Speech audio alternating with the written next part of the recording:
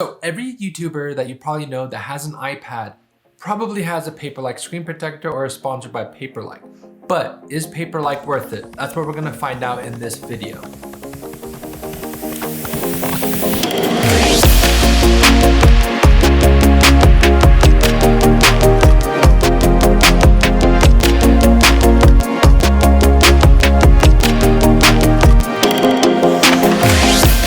Sent me some screen protectors back in November of 2020. I never got a chance to review it until now, but what this means is I've had extensive usage with this Paperlike screen protector. I finished a whole final season after the November when I got it, and I finished my last semester of college while using this Paperlike screen protector, and I only had the Paperlike version 2 screen protector on the entire time of my usage. So my experience is based on my own personal opinions. It has nothing to do with them. I do have an affiliate link with them, but that does not mean I'm going to try and sell you this product if I don't believe in it. So let's find out exactly what's the good and what's the bad, because there's definitely both. And I think that where we're gonna find out today might help you with your purchase decision. So when you purchase this for $39.99 for any iPad that you might have, it will come with 2 screen protectors. So that's really good, because if you mess up on installation on one, or you're gonna need another one down the line, which you definitely will, you're gonna basically have that extra one there for that same $39.99. So essentially it's about $20 per screen protector. Now for the money, what are you going to get when you install this on your iPad? What you're gonna get is a paper-like feel, as the name comes from. So when you write on the iPad, you're gonna get a little bit of a sound, and you're also going to get a little bit of resistance on the tip of the Apple Pencil, which gives you some more it gives you the same kind of feel almost as you do with a pen and paper, but it's the closest thing to an iPad, because if your iPad screen is glossy with either no screen protector or a tempered glass screen protector, there's no resistance or no friction, if you will, between the Apple Pencil tip and the actual iPad screen. So it's just gonna glide. And when you're trying to draw smooth lines, whether you're drawing in Procreate or like me drawing diagrams in my notes, you don't get as straight of lines. Now you can always use some of those straightening tools that they have in those applications, but there are definitely those times where you cannot use those, either for time constraints or because you're just trying to achieve a certain look. Now just to get an idea for how this actually sounds, listen to this clip right here.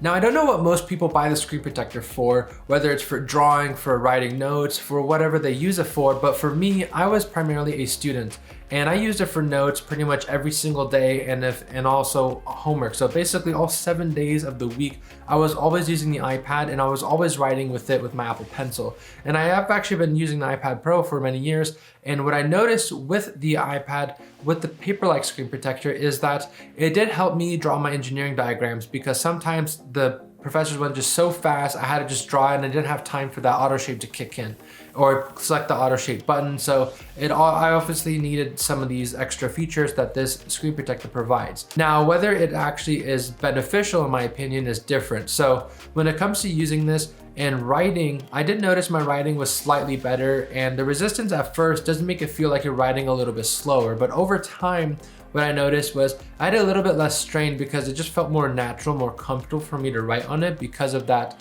little bit of resistance when you're writing. I definitely felt a little bit more strain in my wrist when it came to writing on the iPad without the Paperlike screen protector. So that's something I noticed, and I know this is not going to be the same for everyone who buys this. So keep that in mind. This is my personal experience and what I've noticed. And as far as actually writing on it and enjoying the writing experience, I've actually enjoyed the writing experience with this. So I don't really have any complaints when it comes to actually writing on the screen protector. I just have a few other complaints I will get to later on in this video. Now let's talk about the noise. We're gonna talk about this in both the good and the bad section of this video, but let's talk about the good. So when it comes to using the screen protector, yes, of course there is noise. So don't get the screen protector thinking it's gonna be perfectly clear just like a tempered glass screen protector. They do advertise on their website that it has less noise than before, and I do believe that might be true, but when it comes to the actual noise of the screen protector, I have noticed that it's less noise than some of those cheaper products I've got on Amazon on my previous iPads. Now, obviously I haven't tried anything in the in recent times, but what I have noticed is that the noise isn't as noticeable as maybe some other people might make it out to be, but basically just there is actual noise on the screen. It's not going to be perfectly clear, but it's not going to be insanely noisy.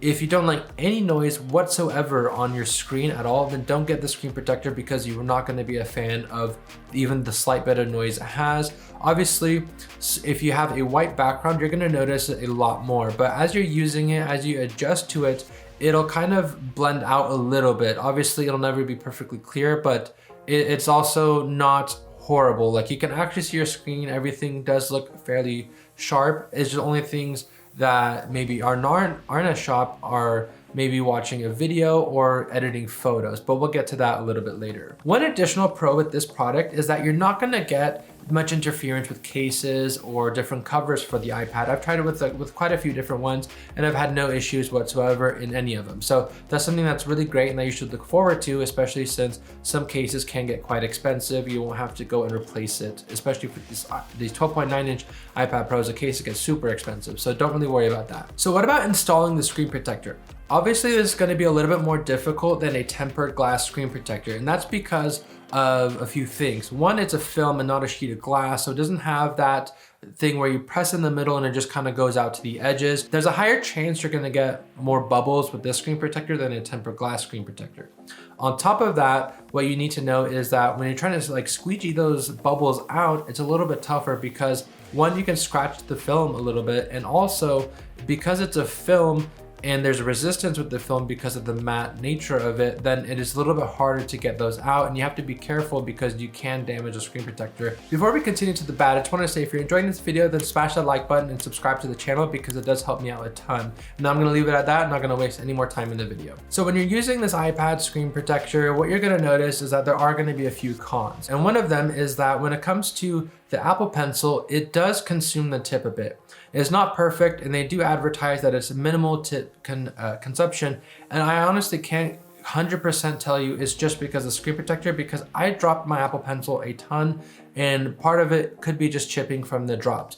But I did notice from previous tips that I've used with the iPad Pro that it has consumed it a bit and it does wear it down. I don't use my Apple Pencil too intensely, just mainly for writing, so it does wear it down a bit there. But when it comes to using it in your use case, it just depends how heavy-handed you are when you're writing, and if you use different angles for drawing and whatnot, because that'll consume your Apple Pencil in different ways, and that'll be completely different than what I do. And one thing to note is that you will need to buy some extra tips for the Apple Pencil because of this, and it may not consume it as fast as maybe some cheaper screen protectors that are out there, but you definitely will need to get a backup of those because at some point you're probably going to need them. And not to mention, on top of that $39.99 you're paying, it's an extra $20 or $19 to be specific from Apple to get those extra tips with the Apple Pencil. So those are 4 extra tips for $19.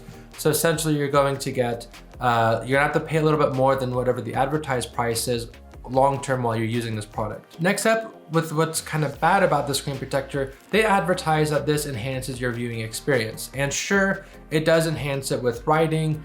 It does give you that more paper-like feel, but what about enhancing your actual viewer experience?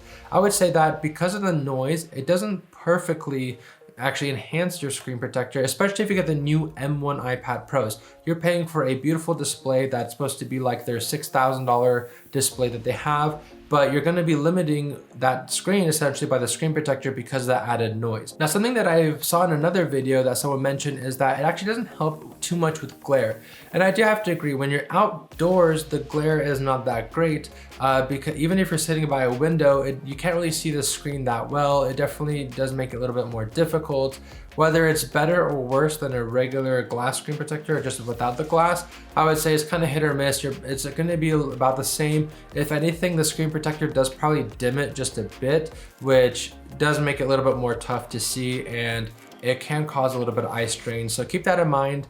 It hasn't been the best experience outside, but primarily I am inside, so I haven't exactly had that problem too much because of my usage. My other complaint with this, and this is probably my biggest one, is that it does scratch quite easily. So if you're writing with your Apple Pencil, it will scratch and mark up just from your regular usage. And that's something that's prevalent amongst other reviewers as well. And I don't know if this is just like the way they redid the nano dots for the version 2 or what they did exactly that did this, but I have noticed that. I do have 2 deep scratches on my screen protector, but that's mainly because my cat Cookie likes to sit on my iPad, and one time I forgot to put the cover over or fold down the Magic Keyboard, and she sat on it and it scratched up a little bit. But I have noticed that as you're using the Apple Pencil, it does mark up the screen quite a bit. Even if you're like, you scratch it with your nail, you're definitely gonna see a scratch there. And it's not too deep, and it does kind of go away and mitigate once the screen is actually on, especially if you're doing like certain things. But if it's like in the sun or like the window is kind of bringing in some light from the side, you're definitely gonna see some of the scratches and smudges and marks as that glare kind of shows those little small features. So keep that in mind. If that's gonna bother you, then this is obviously not the screen protector for you. So what about the overall recommendation? I would not recommend this for a lot of people just because of some of the issues I brought up, and especially if those issues might really bother you.